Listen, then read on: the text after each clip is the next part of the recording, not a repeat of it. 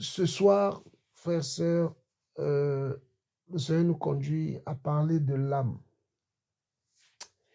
Alors, le Seigneur est tellement parfait et puissant dans sa sagesse, son intelligence, qu'il n'a rien fait au hasard. Et à chaque chose que le Seigneur a prédisposé dans sa parole, cela nous ramenait premièrement à Mashiach. Parce que la Bible déclare que tout a été fait par lui et pour lui. Il est l'auteur et le consommateur de la foi. Donc, tout ce que nous allons parler aujourd'hui va tourner toujours autour de lui.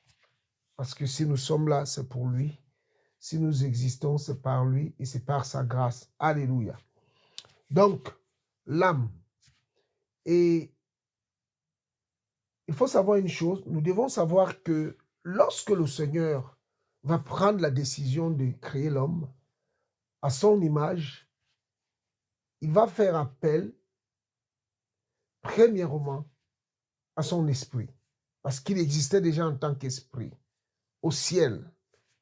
Avant que la terre ne soit conçue, le Seigneur existait déjà dans son Éden céleste en tant qu'esprit. Et pour, n'est-ce pas, matérialiser cette personne, en la personne d'Adam, il va faire appel aux matériaux. Donc, le matériau qu'il va utiliser sera la boue qu'il va former.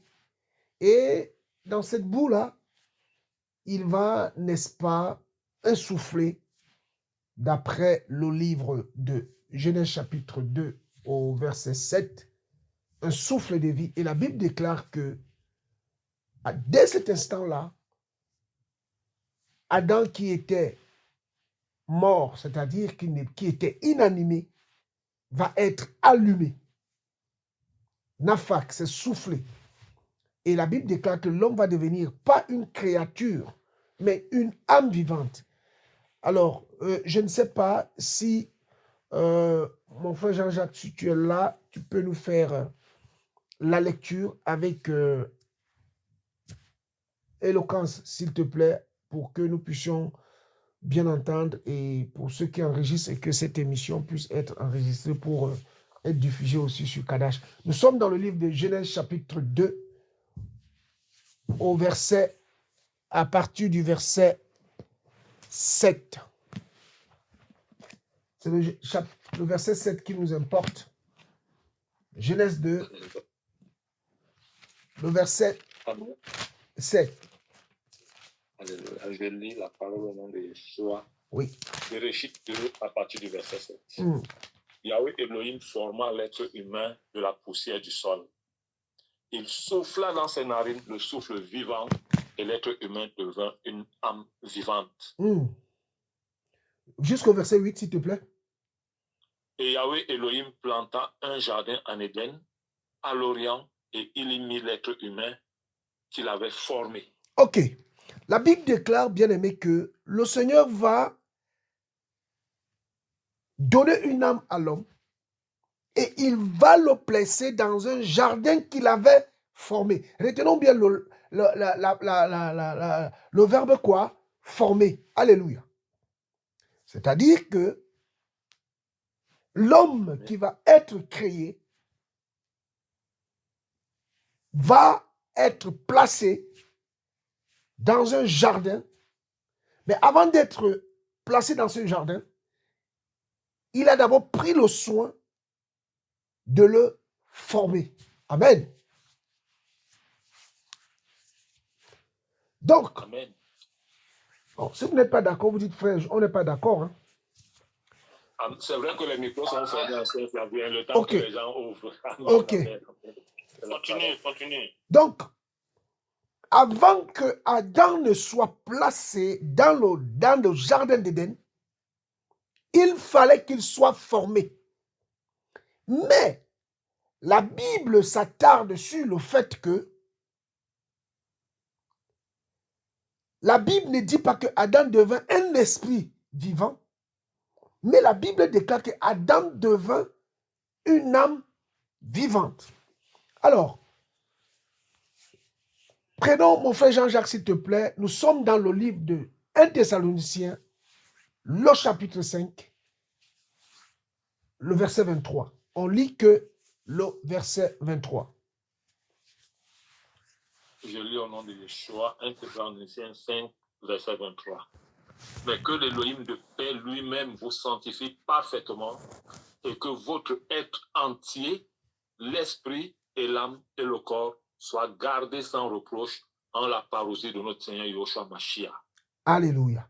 Donc, Paul dit ici que nous apprenons par le biais de Paul que l'être humain, au-delà du fait que le Seigneur l'ayant formé de la poussière du sol, est composé de 3 parties.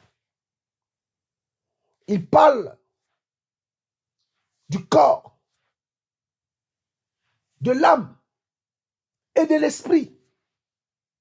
Quand on parle du corps, on parle de la chair. Alors, comment pouvons-nous définir donc l'âme en tout ça? Nous voyons donc que l'âme, à la lumière de la parole, nous pouvons dire que l'âme est un ensemble de souffles de vie qui loge dans le sang.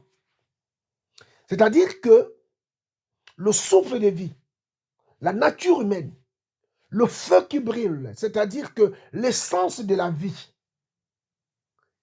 loge dans le sang. Alors, mon frère Jean-Jacques, s'il te plaît, prends-moi Lévitique chapitre 17. Nous sommes au verset 11 à 14. Vaïkra 17, verset 11 à 14, je lis au nom de Yeshua. Car l'âme de la chair est dans le sang. C'est pourquoi je vous ai ordonné qu'il soit mis sur l'autel afin de faire la propitiation pour vos âmes, car c'est le sang qui fera la propitiation pour l'âme. C'est pourquoi j'ai dit aux fils d'Israël, aucune âme d'entre vous ne mangera du sang, même l'étranger qui séjourne au milieu de vous ne mangera pas de sang. Un homme des fils d'Israël ou un étranger habitant au milieu d'eux qui, à la chasse, aura chassé une bête ou un oiseau qui se mange, en répandra le sang et le couvrira de poussière. Car l'âme de toute chair est dans son sang, qui est son âme. C'est pourquoi j'ai dit aux fils d'Israël, vous ne mangerez le sang d'aucune chair, car l'âme de toute chair est son sang. Quiconque en mangera sera retranché. Alléluia. Donc, Amen. On dit ici que l'âme de toute chair, c'est son sang.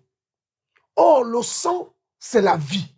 Donc, nous comprenons donc que dans le sang, il y a, n'est-ce pas, une espèce de souffle, de matière fluide qui se confond à la vie et qui circule jusqu'aux extrémités de nos membres les plus infimes. Alléluia. Alors, ce qui va se passer à la création, bien-aimée. J'avais fait un enseignement sur Kadash, il y a cela 2 ou 3 ans au jour d'aujourd'hui, où vont l'âme et l'esprit après la mort. Je voulais d'abord m'attarder sur ça avant de commencer par la grâce du Seigneur à décortiquer, par la grâce de Yeshua. Vraiment, nous avons besoin de son aide, qu'il puisse nous assister, afin que nous puissions, n'est-ce pas, assimiler sa pensée ce soir. Qu'est-ce qui se passe à la création? Lorsque le Seigneur ici souffle à Adam, qui veut dire terrien, fait de poussière, le souffle de vie. C'est-à-dire que le seul point de contact que le Seigneur a fait avec Adam, il va souffler dans ses narines. Donc, en lui donnant dans ses narines-là, le souffle-là que la Bible parle, le souffle était composé quoi? De l'esprit humain et du Saint-Esprit. Le Saint-Esprit, c'est la nature de Yeshua lui-même. Il va communiquer sa nature à Adam. C'est-à-dire après l'avoir moulé. Après l'avoir moulé à sa ressemblance. On parle premièrement de la ressemblance physique, c'est-à-dire que la forme, d'après le livre de 1 Corinthiens chapitre 15, Paul dit très bien que le premier Adam était un être vivant, le second était un esprit vivifiant. Donc, à la lumière de cette parole, nous pouvons dire que les traits de ressemblance du premier Adam ressemblaient au second Adam. C'est-à-dire que le Seigneur, en créant Adam, l'a d'abord fait, premièrement, à son image, la ressemblance physique, parce que dans le livre d'Apocalypse, au chapitre 4 là-bas, nous voyons que l'être humain qui était, les 4 êtres vivants, il y avait la figure d'une face d'homme. Alléluia. Amen. Amen. Amen. Donc, il y a cette nature physique. Et deuxièmement, n'est-ce pas, vient maintenant la nature spirituelle, c'est-à-dire que la capacité à l'homme de connaître l'éternité. Or, l'éternité ne pouvait être connue sans l'esprit. Donc, comment on appelle ça? La nature créatrice d'elle-même, elle-même, qui est l'esprit du Mashiach. Donc, en soufflant dans Adam, il va lui communiquer l'esprit humain, premièrement. C'est pour cela que Paul dit dans le livre de Romains chapitre 8 que ce qu'il a connu d'avance. Et lorsque David parle dans le livre de Psaume, il dit, lorsque j'étais encore informe, tes yeux me voyaient déjà. Il dit, tu m'as tissé des entrailles de la terre. Donc, nous les humains, nous vivions déjà auprès du Père en tant qu'esprit. Voilà pourquoi, quand le Seigneur va dire à Jérémie va lui dire, mais je ne suis qu'un enfant. Il dit, non, ne le dis pas. Parce qu'avant que tu ne naisses, je te connaissais déjà. Je t'avais déjà établi prophète. Parce qu'en réalité, tu étais un esprit auprès de moi déjà. Mais là, je t'ai mis dans un corps. Alléluia. Donc, Jérémie était seulement, l'esprit de Jérémie avait été transvasé, avait été transposé dans un corps. Alléluia. Donc, nous étions déjà des esprits. Donc, Adam, avant, n'est-ce pas, de devenir matériel, Adam existait déjà en tant qu'esprit. Et il va former un corps et il va insuffler. Il va, en gros, par les narines, donner, n'est-ce pas, injecter ou perfuser. Nous avons un médecin qui est là, notre frère Franck, que je dis d'ailleurs bonsoir ce soir, mon cher Franck, que j'aime beaucoup. Nous allons, n'est-ce pas, perfuser, il va perfuser à Adam, n'est-ce pas, l'esprit humain. Alléluia. Donc, lorsque le Seigneur va donc créer Adam, il va lui communiquer par ce souffle de vie-là, il va lui communiquer le Saint-Esprit, et il va lui communiquer l'esprit humain. Alors, l'esprit humain vit dans le sang et le souffle de vie anime tout ça. Je m'explique. C'est-à-dire que si on n'a pas l'esprit humain, le sang ne peut pas bouger. On ne peut pas vivre. Alléluia. Comprenez très bien. Comprenez très très bien. C'est très très complexe. Sans l'esprit humain, parce que le Seigneur dit, alors, nous allons prendre le livre de... Nous sommes dans le livre de Job, le chapitre 32, au verset 8. Merci Seigneur. Verset 8. Alléluia. Il lit au nom de Yeshua, Job 32, verset 8. En effet, dans le mortel, il y a l'esprit, le souffle de Shaddai qui le rend intelligent. Alléluia. Amen. Et si je vais prendre la version seconde, parce que il dit, mais en réalité dans l'homme, c'est l'esprit, le souffle du Tout-Puissant qui lui donne l'intelligence. Ici, on dit, l'esprit est le souffle. Alléluia. Amen. Amen. Amen. L'esprit est le souffle. Or, l'esprit humain est comparé à l'âme tout simplement parce que l'âme, c'est, n'est-ce pas, cette capacité, cette acuité que le Seigneur donne à l'homme, n'est-ce pas, pour pouvoir perceptir, toucher, voir, entendre, sentir, réfléchir. L'âme est immatérielle. Nous sommes dans un domaine métaphysique. Je fais un clin d'œil à mon frère Joël de Baltimore qui peut mieux nous expliquer ces choses.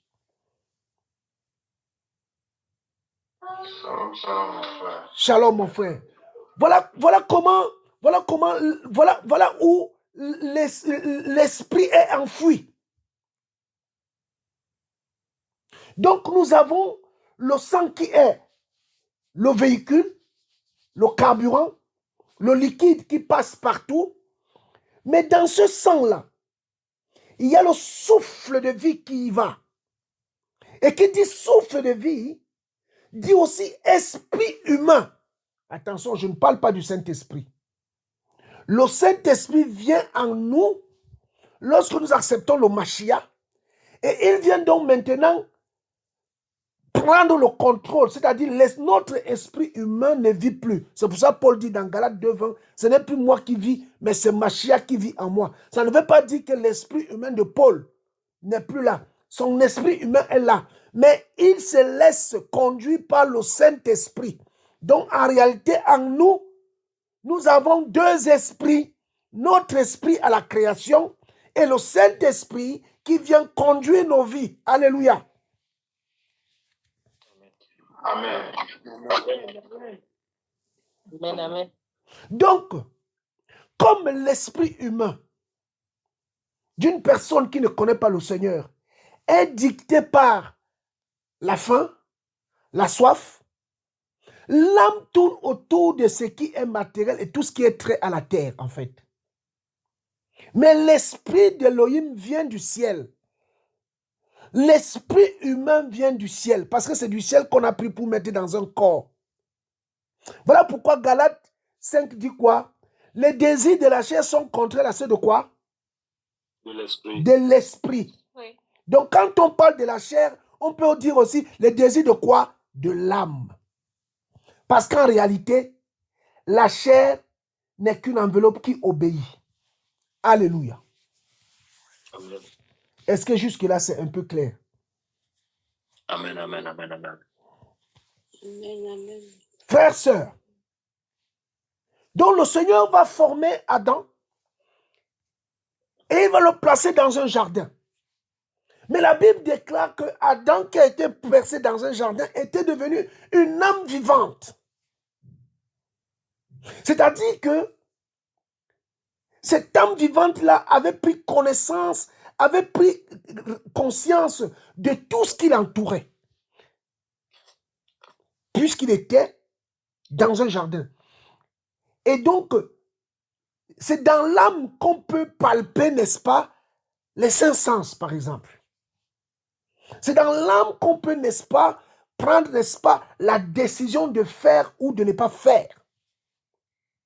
C'est les émotions, c'est l'intellect, c'est les sens, c'est dans l'âme.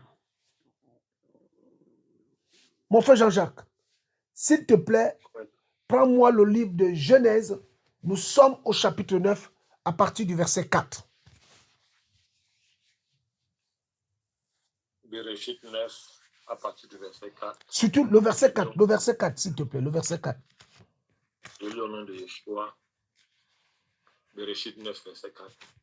Mais vous ne mangerez pas de chair avec son âme, son sang. Vous comprenez? Prends encore, mon frère, s'il te plaît, Deutéronome chapitre 12, verset 23. Deutéronome 12, verset 23. Je lis au nom de Yeshua.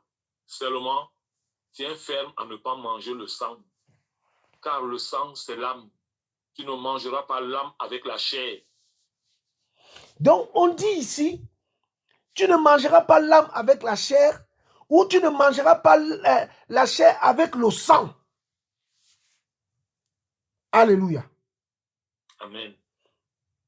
Donc, nous comprenons donc que c'est le sang qui véhicule la vie. Donc, notre âme, notre esprit est logé dans quoi? Dans le sang. Alléluia. Amen. Comprenons très bien l'illumination du Seigneur. Or, le sang a besoin...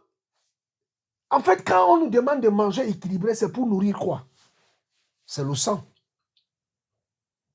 Amen. Amen. Là, moi-même, je viens de comprendre. Hein.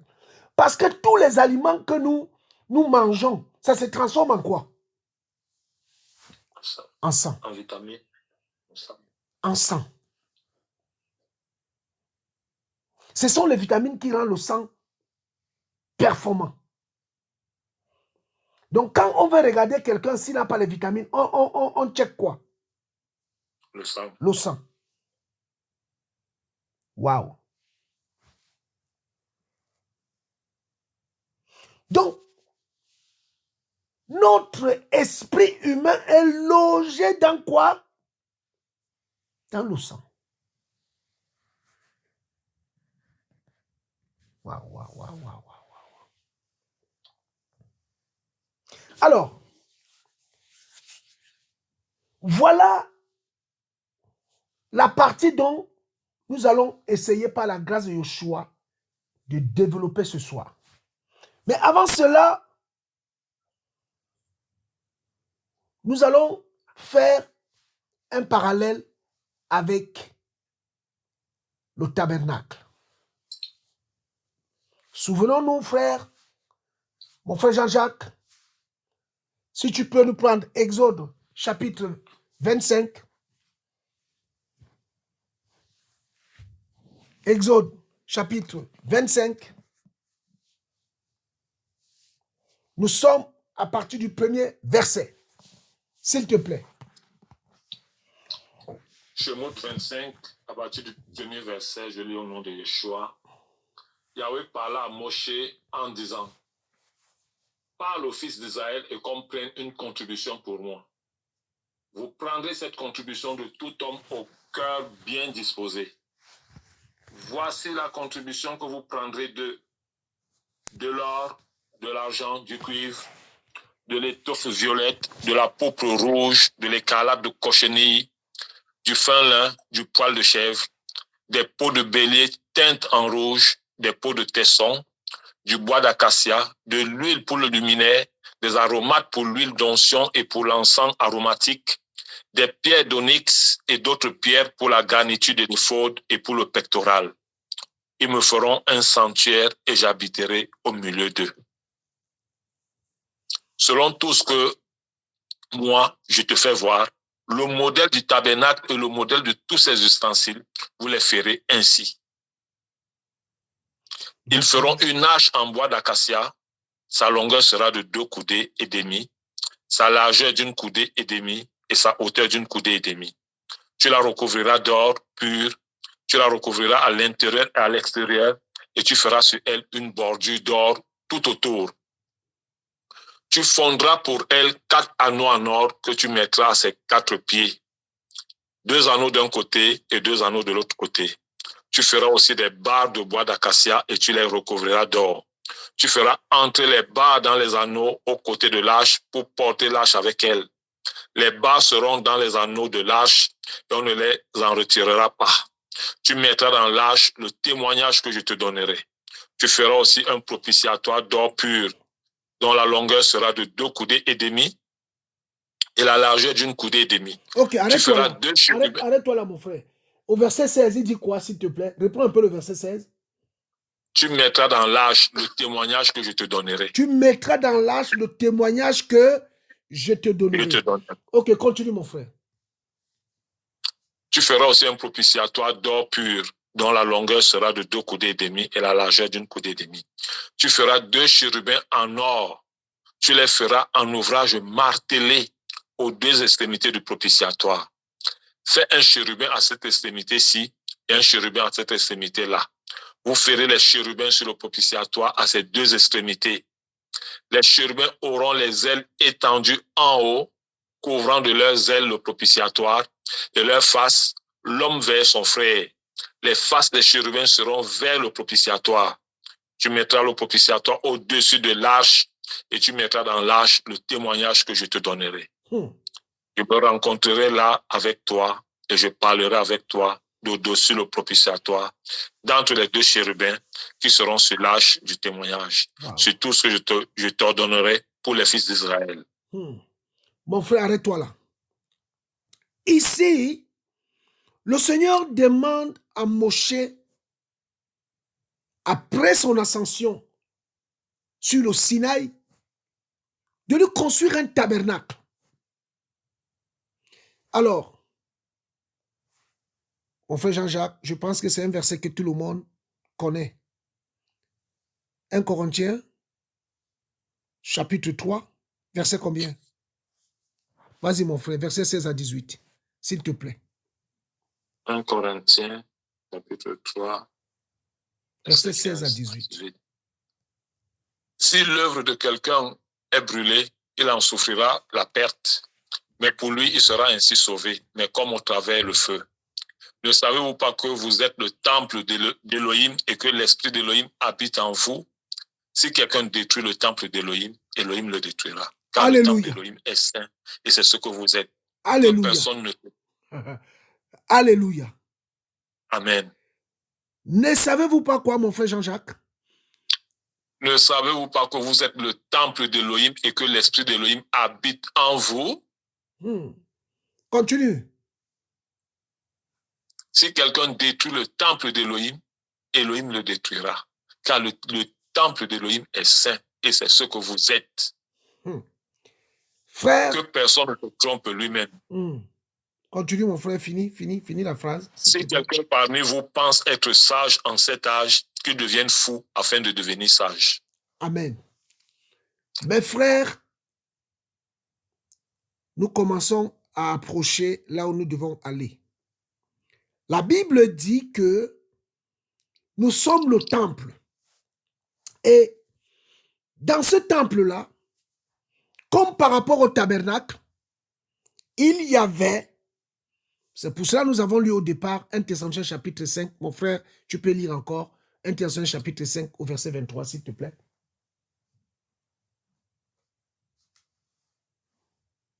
Mon frère Jean-Jacques, s'il te plaît. 1 Thessaloniciens 5, 23. Amen. 1 Thessaloniciens 5, 23. Mais que l'Élohim de paix lui-même vous sanctifie parfaitement et que votre être entier, l'esprit et l'âme et le corps soient gardés sans reproche en la parousie de notre Seigneur Yahushua Mashiach. Amen. Frère, je nous invite à lire tout le livre d'Exode, enfin pas tout le livre, l'Exode chapitre 25, Exode chapitre 26 et 27, 28 même.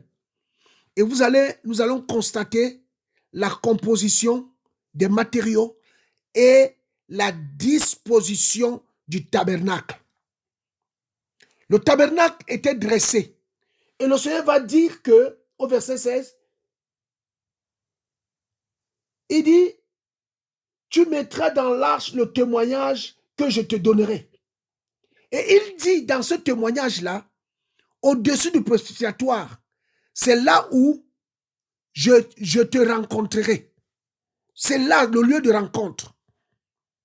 C'était sur le propitiatoire. Or, le propitiatoire était un couvercle où les deux regards des chérubins qui étaient aux extrémités se retrouvaient. C'est là que le grand prêtre venait mettre une goutte de sang afin que les chérubins qui incarnent et qui préservent la justice et la sainteté du Seigneur ne puissent pas frapper de destruction le peuple d'Israël. Or, le tabernacle était composé de 3 parties, comme je le disais. Il y avait le parvis, qui représente le corps que nous voyons, parce que le parvis était la partie extérieure que tout le monde voyait. Alléluia. Amen. Il y avait n'est-ce pas, le voile extérieur qu'on appelait communément le lieu saint.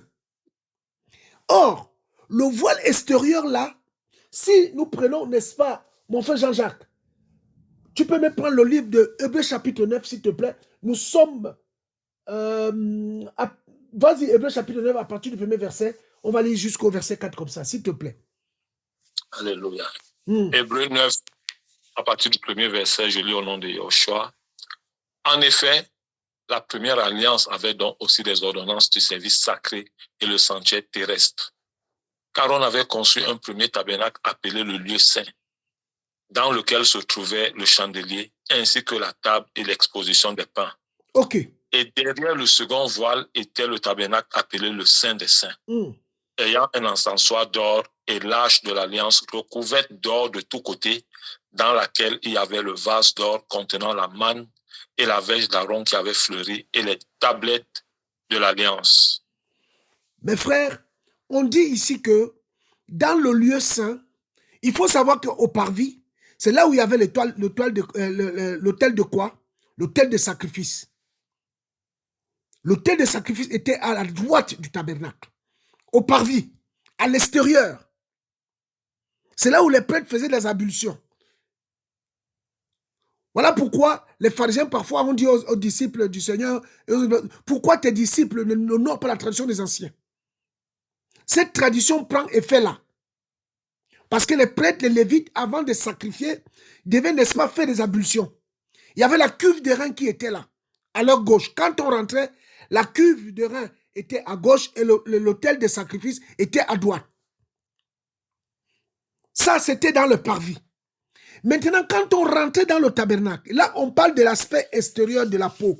Voilà pourquoi le Seigneur, dans le livre de Jean chapitre 13, il va dire que de se laver les pieds seulement. Et Pierre voulait qu'on lui lave tout le corps. Mais le Seigneur va lui dire que vous êtes déjà pur à cause de la parole que vous avez entendue. Alléluia. Donc, là, c'est le corps. Le parvis, c'est le corps que nous voyons. C'est la peau. C'est la chair. Maintenant, mon frère Jean-Jacques, je pense au verset 2 là-bas, parce que je ne suis pas en train de lire le verset, je ne l'ai pas en face de moi. Paul parle ici, l'auteur aux Hébreux, autant pour moi, parle de la composition du lieu saint. Le lieu saint ici, c'est l'âme. Alléluia. Amen. Le lieu saint, c'est l'âme. Et il va dire que qu'est-ce qu'il y a dans le lieu saint? Il va dire qu'il y a quoi? Le chandelier. Le chandelier. La table et l'exposition des pains. Le chandelier. Il y avait la table des pains de proposition. Il y avait aussi l'autel des parfums. Alléluia. Amen. La table des pains de proposition, il y en avait combien? 12. Il y en avait 12. Donc, ça veut dire que le pain étant la parole, et c'était remplacé quoi? Tous les Shabbats. Alléluia. Amen. Le chandelier, c'est la lumière qui nous éclaire dans la parole pour nous conduire au lieu très saint. Sans cette lumière, on ne peut pas y aller. Alléluia. Amen. Et l'autel des parfums représente la prière.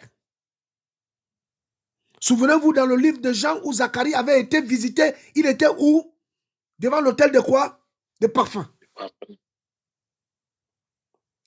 Maintenant, le lieu très saint, c'est où loge le Saint-Esprit.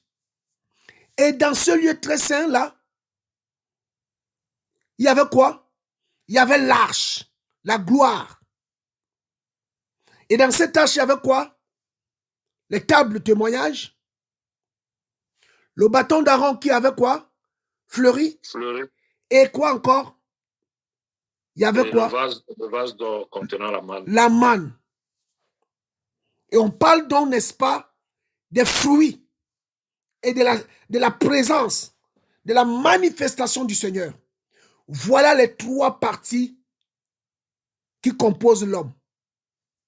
Le parvis, le lieu saint et le lieu très saint. Corps, âme et esprit. Donc, il y avait deux voiles. Le voile extérieur amenait, n'est-ce pas, la séparation entre le lieu saint et le parvis. Et entre le voile, entre le lieu très saint et le lieu saint, il y avait le voile intérieur. Tout ceci était fait de peau de chèvre. On parle, n'est-ce pas, de l'obéissance. Celui qui veut aller au Seigneur, celui qui veut marcher loin avec le Seigneur, doit se revêtir de peau de chèvre, c'est-à-dire l'obéissance, le sacrifice, la simplicité et l'écoute. Alléluia. Amen. Donc, ce qui nous intéresse ce soir, c'est le lieu saint. Et nous avons compris que le lieu saint, c'est l'âme. L'âme, dans la nature humaine, fait allusion au vieil homme, à une personne qui n'est pas régénérée, c'est-à-dire une personne qui n'a pas encore eu l'expérience du lieu très saint. Une personne qui fait obstacle, qui ne veut pas traverser le voile intérieur pour aller au voile, pour aller au sein des saints. L'âme ici, mes bien-aimés, c'est une lie qu'il faut renverser. Il faut savoir que c'est la nourriture que nous mangeons qui donne la vie au sang, qui donne, n'est-ce pas, l'énergie, pas la vie, l'énergie au sang. Et l'âme ici peut être assimilée à la culture, au caractère, à la sagesse humaine. En fait, Paul parle de deux types d'hommes. De l'homme animal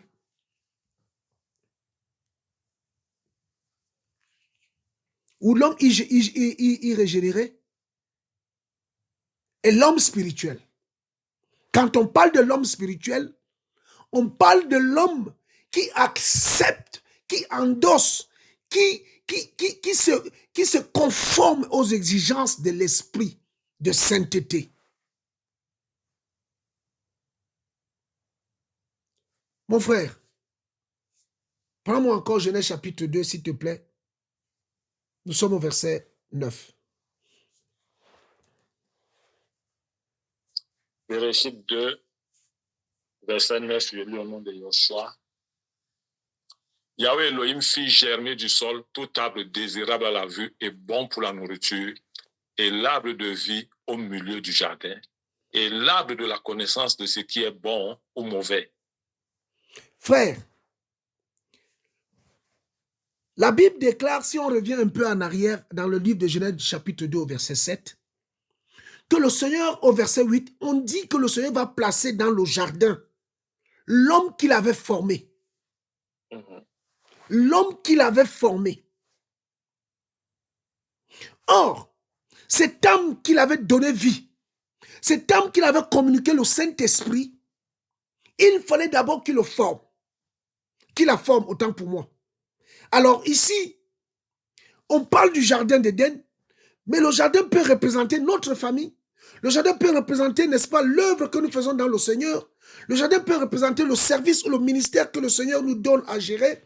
Et le jardin peut aussi représenter notre caractère. Mais tout ça se gère dans quoi? Dans l'âme. Alléluia. Amen. En fait, pour nous comprendre nous-mêmes, pour connaître qui nous sommes, il faut demander l'aide au Seigneur. Parce que je vous assure, bien-aimés, même moi qui vous parle, on ne se connaît pas. Mon frère, prends-moi le livre d'Éphésiens chapitre 1, nous sommes au verset 18. S'il te plaît, le verset 18 seulement. Éphésiens 1, 18. Je lis au nom de Yeshua, qu'il illumine les yeux de votre intelligence, afin que vous sachiez quelle est l'espérance de sa vocation et quelle est la richesse de la gloire de son héritage dans les saints. Frère, il faut que le Seigneur illumine notre intelligence. Regardez, mon frère Jean-Jacques, si Tu peux me prendre aussi, s'il te plaît, mon frère, le livre de Romains chapitre 5 au verset 12. On arrive quelque part. Romains 5, verset 12. Je lis au nom de Yeshua, Romains 5, verset 12. C'est pourquoi, comme par le moyen d'un seul être humain, le péché est entré dans le monde, et par le moyen du péché, la mort, de même aussi, la mort s'est étendue sur tous les humains, par lequel tous péchèrent. Frères, sœurs, nous avons hérité de la nature adamique. Cette nature adamique, le péché se loge dans l'âme. C'est-à-dire que l'esprit humain qui nous avait été donné, qui incarne notre personne, cet esprit humain, à cause de la corruption de la chair, s'est laissé embobiner, envoûter, dominer, condamner, envelopper, manipuler, mater par le péché. Voilà pourquoi certaines personnes dans des églises bizarres, ils lisent les démons des ancêtres, les démons ancestrales, les démons familiaux. Non, frère, c'est l'âme qui a des problèmes. Alléluia. Il faut une délivrance, il faut se laisser convaincre par la parole. L'âme est l'âme, nous avons compris que l'âme, n'est-ce pas, est cette vie qui se cache dans le sang. Or, le sang, n'est-ce pas, on dit que quelqu'un a un sang chaud. Il a un sang chaud. Il monte vite en température. Parce que quelqu'un n'accepte pas les reproches. Tout de suite, la personne se braque. Mais pourquoi? Parce que tu ne laisses pas le Saint-Esprit qui est en toi faire le travail qu'il doit faire. Ta nature charnelle terrestre résiste.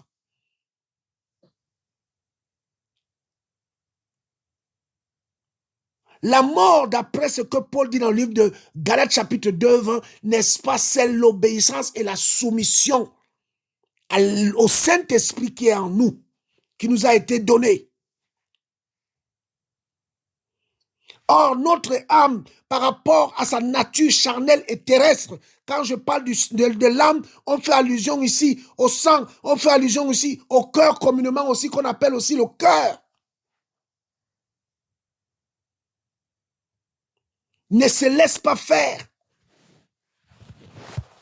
À la maison, c'est la guerre entre l'homme et la femme. Tu ne me parles pas comme ça. Hein? Tu te prends pour qui? Hein? La guerre. Quand on s'énerve, quand une personne a deux paroles, l'autre a trois. C'est l'âme. Oh, moi, je ne peux plus travailler avec un tel frère parce que c'est trop. Frère, toi, tu t'es regardé. Oh, je suis fatigué, je vais arrêter tout. Frère, c'est l'âme qui parle. Oh, je n'aime plus mon mari, je n'aime plus ma femme. C'est l'âme.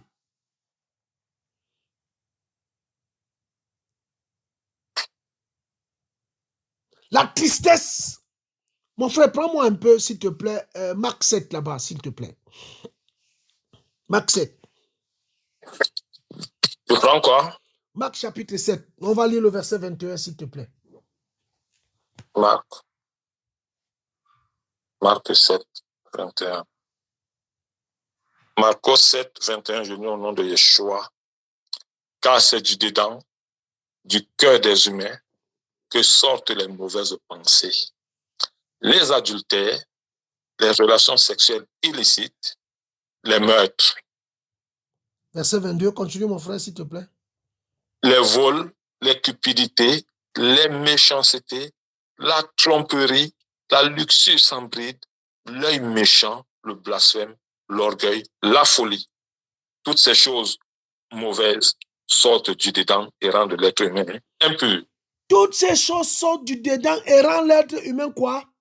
Impur. Donc, quand ça rend l'être humain impur, là, ça veut dire que le Saint-Esprit n'est plus dans ce corps-là.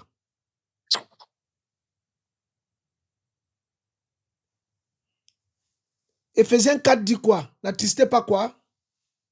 Le Saint-Esprit. Le Saint-Esprit.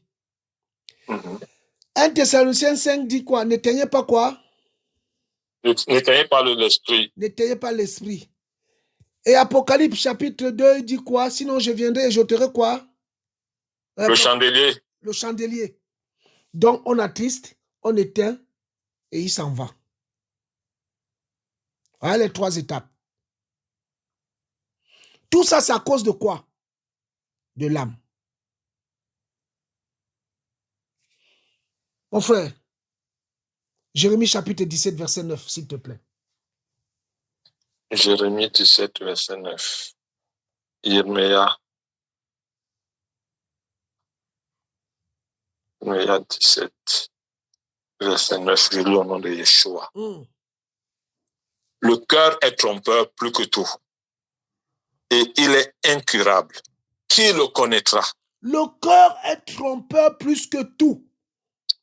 Quand on parle du cœur ici, ne prenons pas l'organe cœur. L'organe n'a rien à faire. L'organe, lui, il est là pour distribuer le sang. Mais on parle de l'âme, le caractère, les pensées, l'intellect, les sentiments. Ça veut dire que l'être humain refuse de se régénérer. En fait, la nouvelle naissance, c'est quoi? 2 Corinthiens 5, verset 17, dit quoi, mon frère? Si donc quelqu'un est en Machia, il est une nouvelle créature. Les choses anciennes sont passées. Voici, toutes choses sont devenues nouvelles.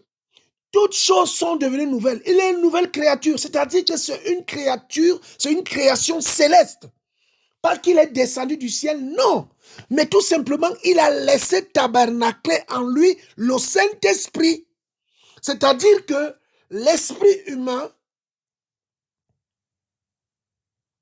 ne se laisse plus dompter par les désirs charnels, les désirs, les pulsions du sang et de la chair. Il obéit, l'esprit humain maintenant obéit au Seigneur.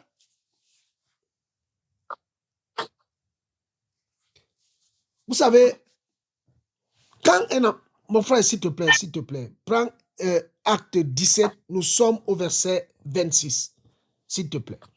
Parce que Acte 17, oui, la parole parle plus que 1000 paroles que nous, on peut sortir de notre bouche. Acte 17, verset 26, sur le nom de Yeshua.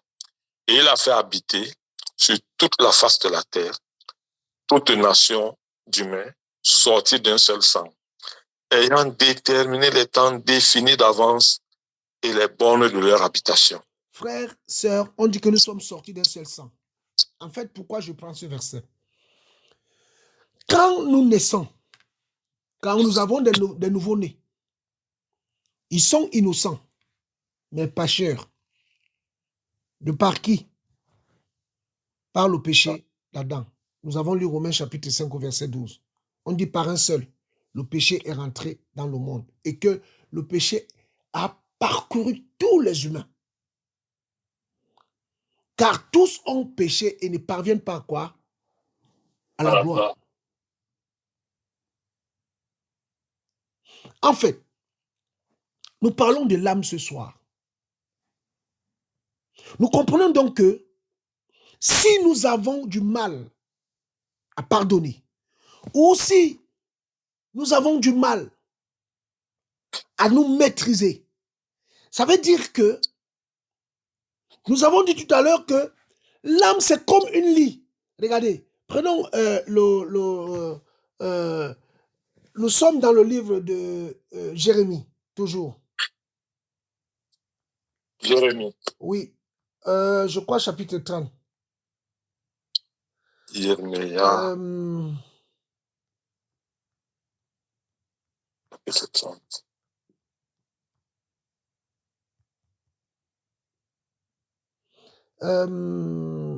Jérémie, Seigneur, ta grâce, je cherche le verset.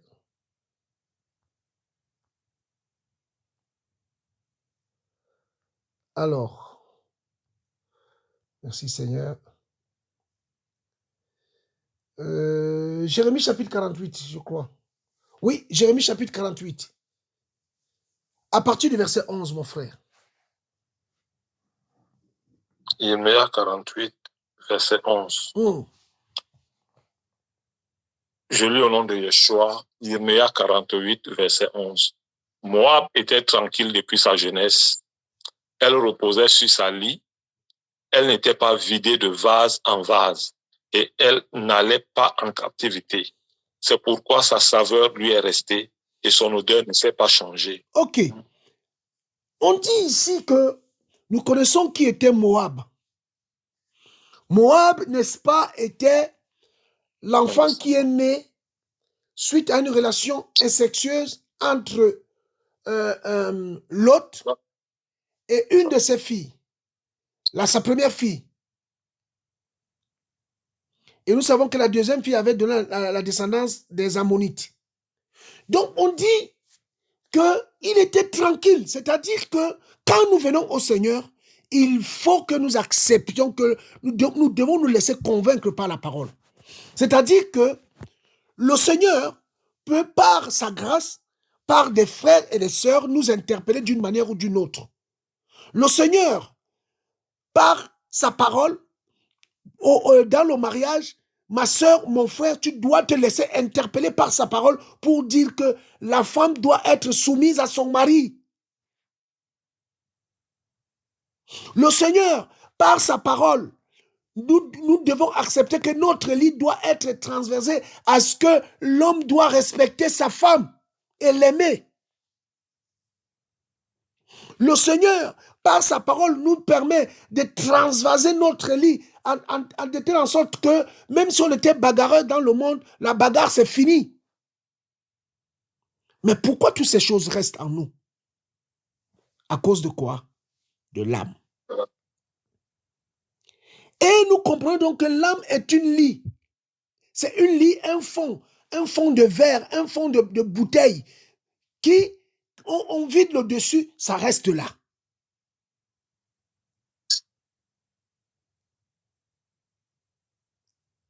Et Paul a dit que ceux qui se retrouvent dans ces choses n'hériteront pas quoi? Le royaume. Le royaume. L'âme doit être guérie.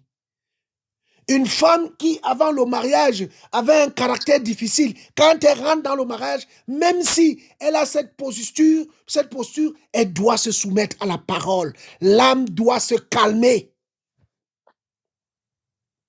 Voilà pourquoi on ne se supporte pas. Oh, tel m'a parlé comme ça, tel m'a blessé, tel m'a fait ceci, tel m'a fait cela. C'est l'âme, c'est l'âme, c'est l'âme, c'est l'âme. Oh, les Camerounais sont trop comme ça. Oh là là, c'est l'âme. Or, quand nous prenons la composition dans le livre de Exode au chapitre 26 là-bas, on dit le lieu saint. C'est-à-dire que le lieu saint, c'est le centre des convoitises. Et c'est là où on retrouvait quoi? L'autel des parfums. Donc, la prière. Les pains de proposition. La parole. Le chandelier. La lumière. Chercher la présence du Seigneur qui va nous amener où? Dans sa présence. Alléluia. Amen. Alléluia. Amen. Nous devons nous nourrir de ça, frère. Amen. Nous devons nous nourrir de ça. Nous devons nous nourrir de ça. Si on ne se nourrit pas de ça, frère, ton couple, ton mariage, ton travail, ta vie chrétienne est vouée à l'échec. Il faut que notre lit soit transvasé. Nous devons nous laisser transformer par le Seigneur, être régénérés. Il n'y a plus de liens familiaux, les démons familiaux. Non, tout ça là, c'est la guerre de quoi? De l'âme. Regardez. Nous sommes dans le livre de Pétros.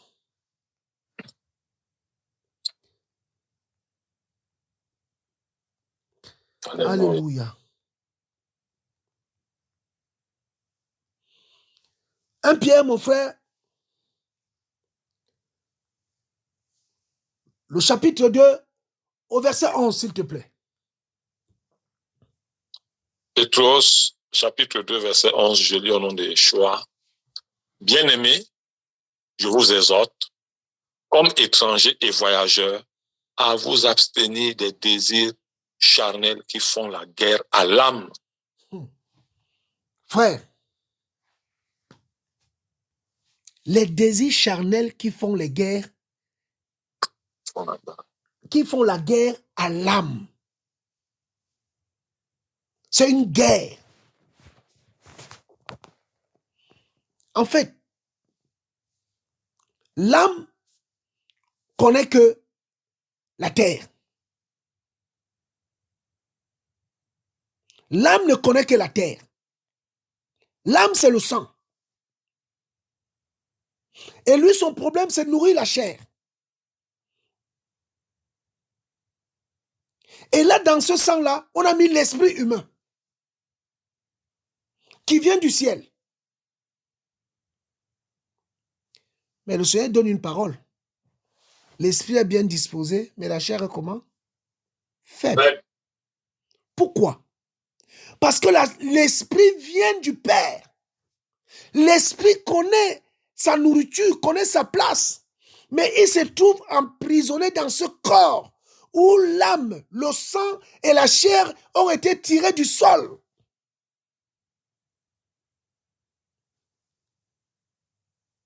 C'est comme un athlète, une athlète qui sans entraînement ne peut performer.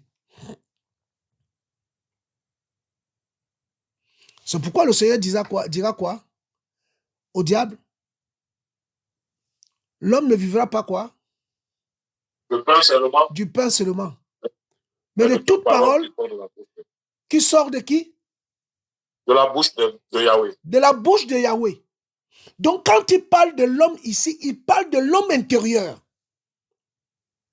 Il parle de l'esprit humain qui, lui, se nourrit de la parole. Voilà pourquoi Moshe pouvait faire 40 jours et 40 nuits sans manger.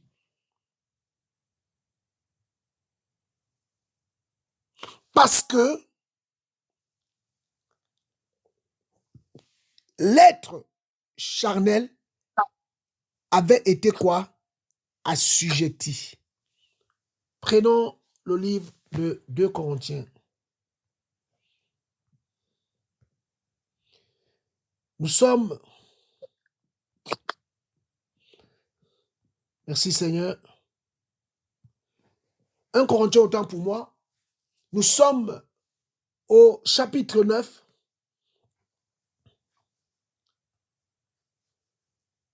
Chapitre 9.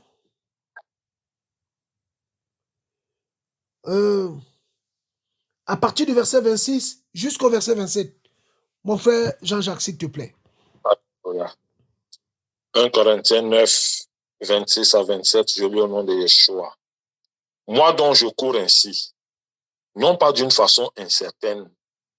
C'est ainsi que je combats, non pas comme battant l'air, mais je traite durement mon corps et je le réduis en esclavage, de peur d'être moi-même réprouvé après avoir prêché aux autres. Mais pourquoi Paul traite-t-il son corps comme ça? Il sait que l'âme là, si tu lui donnes de l'espace, on dit qu'il chasse au naturel, revient où? Au galop. Au galop. Alors, ce soir, mes frères et mes sœurs, nous devons revoir, moi-même qui vous parle, notre conversion, nos priorités, et comprendre que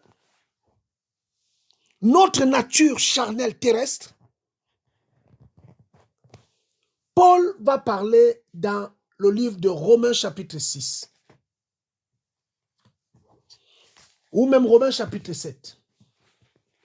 Regardez, mon frère Jean-Jacques, nous sommes au Romains chapitre 7 et nous sommes au dernier verset 25. Nous sommes au verset... Prends à partir du verset 15, s'il te plaît, jusqu'au dernier verset, au verset 25, s'il te plaît. Romains 7, verset 15. Je lis au nom de Yeshua. Car ce que j'accomplis, je ne le comprends pas. Car ce que je veux, je ne le pratique pas. Mais ce que je hais, je le fais. Or, si ce que je ne veux pas, je le fais, j'avoue que la Torah est bonne. Mais maintenant, ce n'est plus moi qui accomplis cela, mais le péché qui habite en moi. Car je sais qu'il n'y a rien de bon en moi, c'est-à-dire dans ma chair, parce que le vouloir est à ma portée, mais je ne trouve pas le moyen d'accomplir ce qui est bon.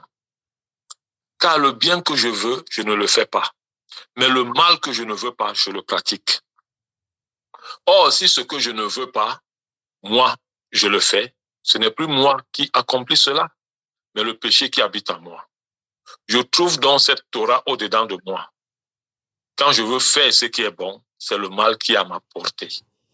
Car je prends plaisir à la Torah d'Élohim selon l'homme intérieur, mais je vois dans mes membres une autre Torah qui lutte contre la Torah de ma pensée et qui me rend captif de la Torah du péché qui est dans mes membres. Reprends encore, s'il te plaît. Reprends encore le verset là, s'il te plaît, mon frère. C'est compliqué. C'est très compliqué. C'est Paul qui parle, frère. C'est un apôtre qui parle, frère. Un apôtre qui était au 3e ciel. C'est-à-dire que l'homme qui est en train de parler là, c'est un homme qui a connu des choses extraordinaires. Et il dit dans le livre de 2 Corinthiens 12 qu'il ne lui a pas été permis de dire ce qu'il a vu et ce qu'il a entendu. Et ici, après avoir été élevé au ciel, Paul descend et il parle aux Romains. Il est en train, en fait, Paul est en train de pleurer. Paul pleure, Paul se résigne.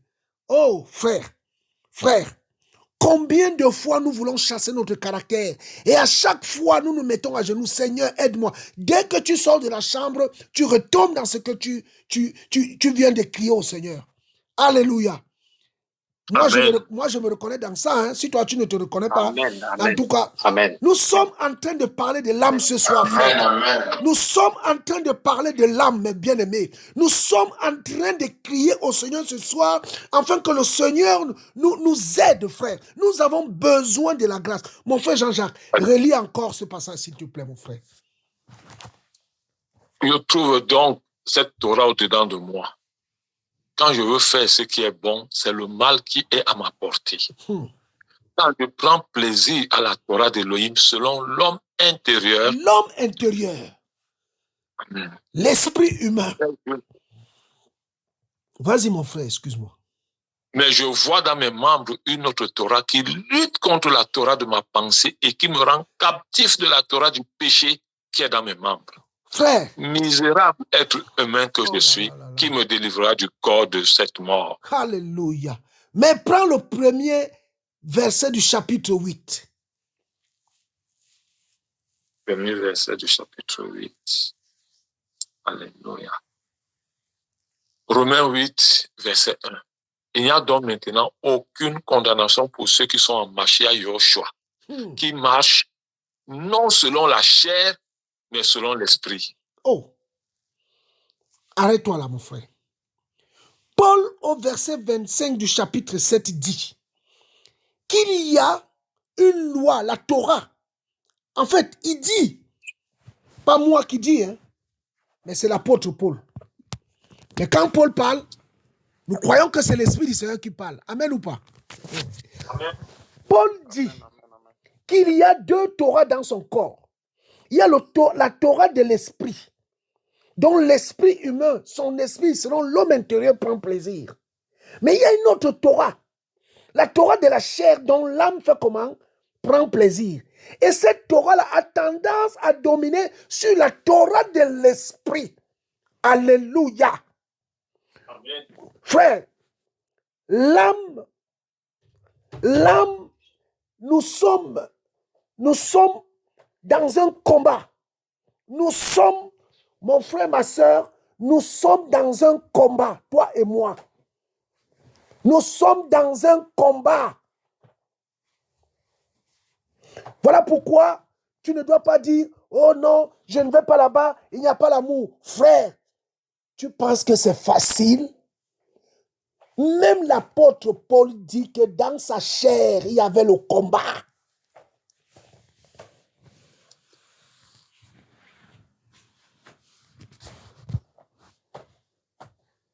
Même dans sa chair, il y avait le combat. Mais il dit, gloire soit rendue à Mashiach Yoshua, de ce que cette condamnation n'est plus possible. À cause de quoi? Du sacrifice ou à la croix. Amen. Alléluia. Amen. Je vais donc nous dire ce soir, mes frères et sœurs, malgré nos imperfections, malgré le combat que nous menons, un combat farouche contre l'âme, la guerre que nous menons contre l'âme, la victoire nous a été acquise où? À la croix. À la croix. Voilà pourquoi il n'y a donc plus maintenant quoi? Aucune condamnation. Alléluia.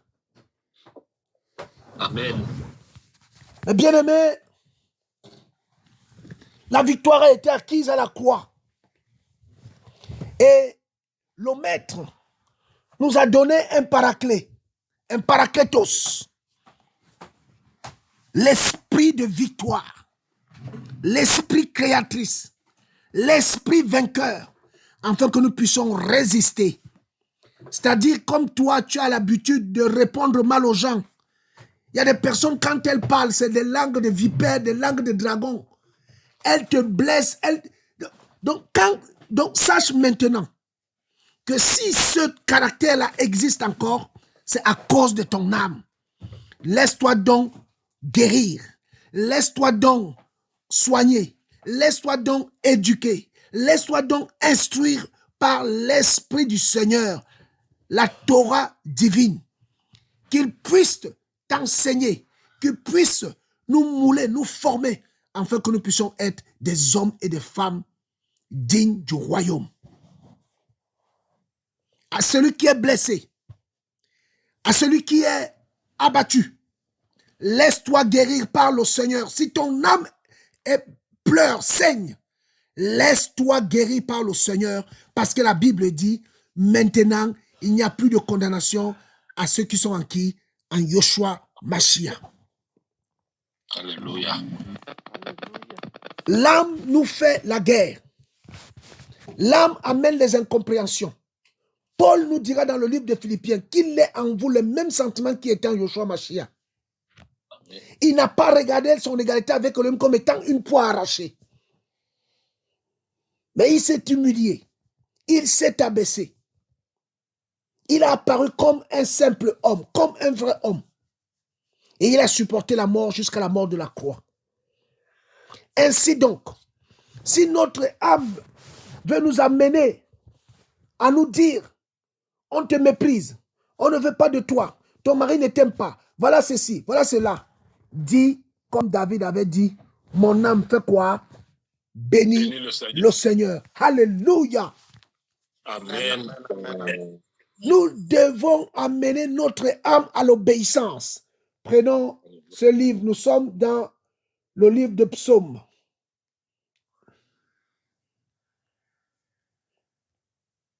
Ma femme dit que je parle trop fort. Bon, moi, le feu est allumé. Hein. Je ne peux pas faire autrement. Parce que Amen. je n'ai pas...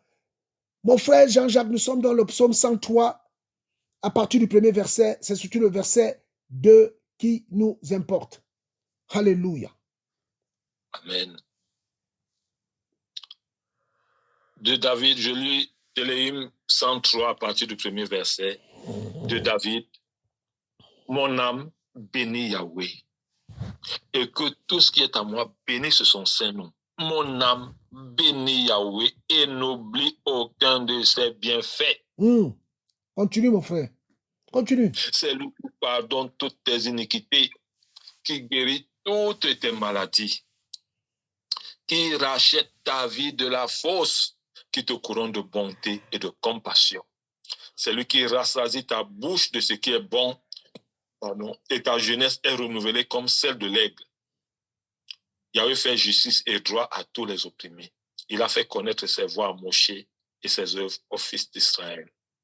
Yahweh est compatissant, miséricordieux, lent à la colère et grand en bonté. Il ne conteste pas éternellement et ne garde pas pour toujours sa colère. Il ne nous traite pas selon nos péchés, il ne nous rend pas selon nos iniquités. Car autant les cieux sont élevés au-dessus de la terre, autant sa bonté est grande sur ceux qui le craignent. Il éloigne de nous nos transgressions, autant que l'Orient est éloigné de l'Occident. Comme un père a compassion de ses fils, il y aura compassion de ceux qui le craignent, car il sait bien de quoi nous sommes faits. Il se souvient que nous ne sommes que poussière. Le mortel, ses jours sont comme l'herbe. Il fleurit comme la fleur d'un champ. Lorsque le vent passe dessus, elle n'est plus, et son lieu ne la reconnaît plus. Mais la miséricorde de Yahweh dure d'éternité en éternité pour ceux qui le craignent, et sa justice pour les fils de leurs fils. Pour ceux qui gardent son alliance, et que je souviens de ses préceptes pour les accomplir. Yahweh a établi son trône dans les cieux, et son règne domine sur tout. Alléluia. Bénissez Yahweh, vous ses anges, puissants en force, qui accomplissez sa parole, en obéissant à la voix de sa parole. Bénissez Yahweh, vous toutes ses armées, qui êtes ses serviteurs, qui accomplissez sa volonté. Bénissez Yahweh, vous toutes ses œuvres, par tous les lieux de sa domination. Mon âme, bénis Yahweh. Alléluia. Amen. Mon âme bénit Yahweh. Mon âme bénit Yahweh. Bien-aimés, chers frères et sœurs, nous devons amener à l'obéissance nos âmes. Amen. Nous devons les amener à l'obéissance. Nous avons lu dans le livre de Marc 7 que c'est du cœur de l'homme que viennent toutes les mauvaises pensées. Tout ce qui est impur, c'est du cœur de l'homme. Donc nous devons ramener notre âme, notre cœur. Nous avons compris que l'âme, c'est le sang. C'est le sang. Ce souffle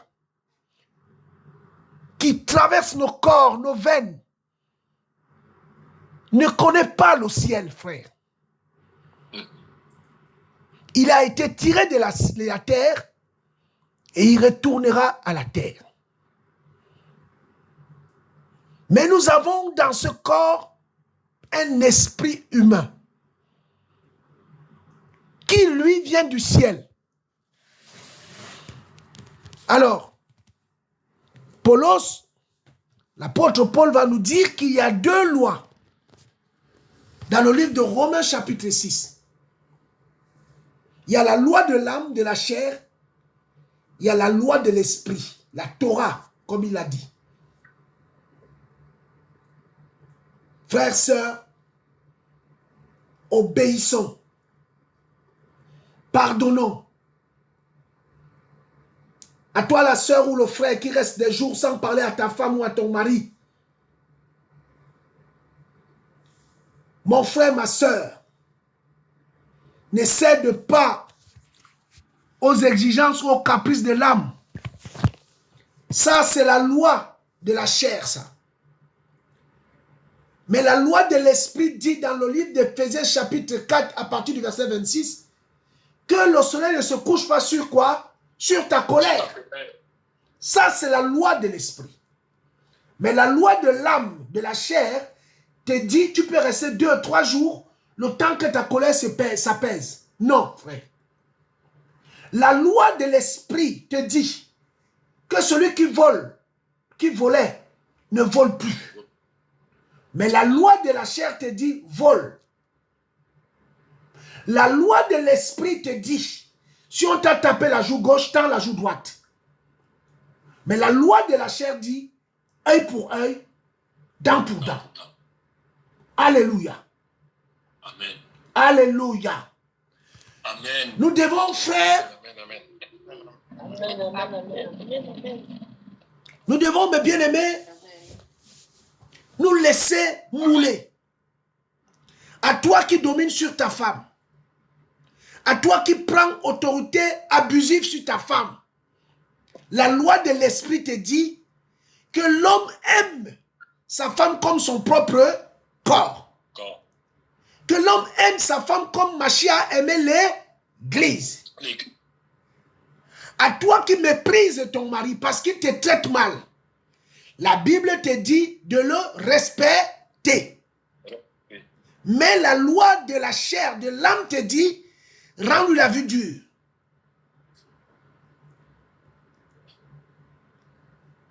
La loi de l'âme te dit, il faut garder la rancune. Or, la loi de l'esprit te dit qu'il prend plaisir à quoi? À la miséricorde. Alléluia. Amen. Frères, sœurs, si nous mettons ces choses, mon frère, est-ce que tu peux prendre le livre de Pétros, s'il te plaît?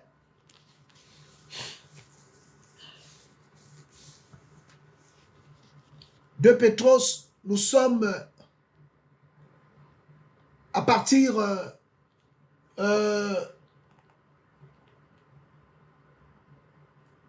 le chapitre 2, s'il te plaît. Ok. À partir du premier verset, s'il te plaît. À partir du premier verset. Alléluia. De Pétros, à partir du premier verset, je lis au nom de Yeshua.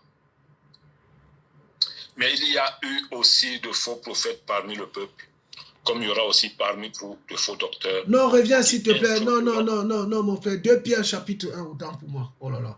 2 Pierre chapitre 1, à partir du premier verset, s'il te plaît.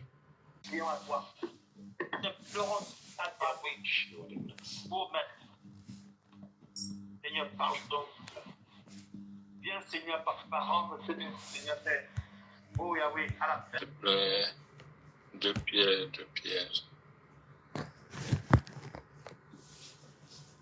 Ok. De Pétros 1, à partir du premier verset, je lis au nom de Yeshua. Shimon Pétros, esclave et apôtre de Yoshua Mashiach, à ceux qui ont obtenu par tirage au sort une foi du même prix que la nôtre, par la justice de notre Elohim et sauveur Yoshua Mashiach, grâce et shalom à vous multipliés. Grâce et shalom à vous multipliés dans la connaissance précise et correcte d'Elohim et de Yoshua notre Seigneur.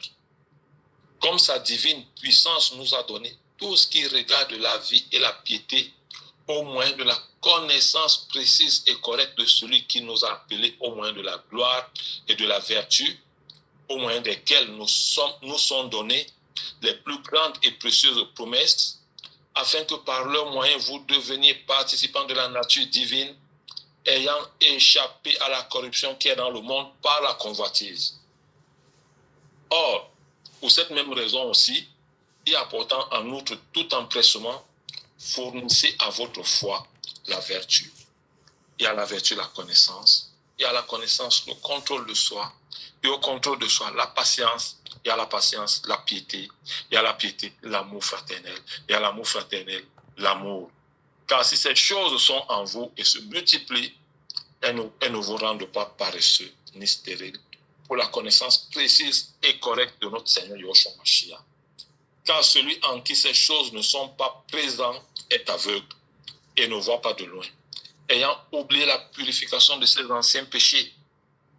C'est pourquoi, frères, efforcez-vous de plus en plus à affermir votre vocation et votre élection, car en faisant ces choses, vous ne trébucherez jamais.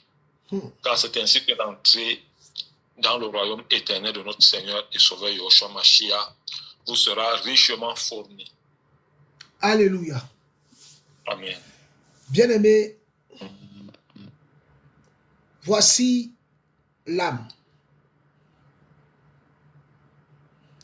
que nous pouvons appeler la chair, que nous pouvons appeler le cœur, que nous pouvons appeler le sang. Si nous avons un ennemi, c'est le premier.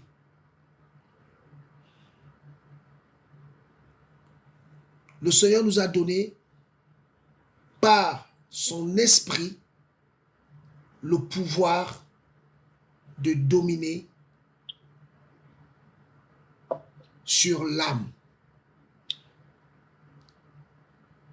Quand on domine sur l'âme, on obéit à la parole. Amen. Alléluia. Amen.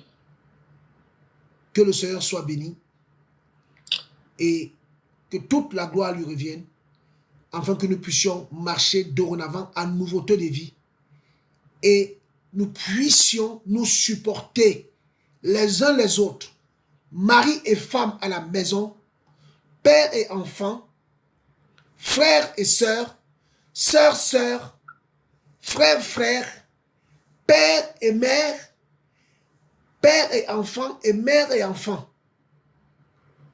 Que nous puissions nous réconcilier parce que nous devons porter la Torah de l'esprit. Et Paul dira que notre cité n'est pas terrestre, elle est céleste, où nous attendons la manifestation, la parousie de notre grand Elohim, d'après ce que Tite, Paul dit à Tite, notre grand Elohim, Yehoshua Hamashiach. À lui toute la gloire au nom de Yeshua. Amen. Que le Seigneur soit béni. On lui rend toute la gloire au nom de Yeshua. Amen.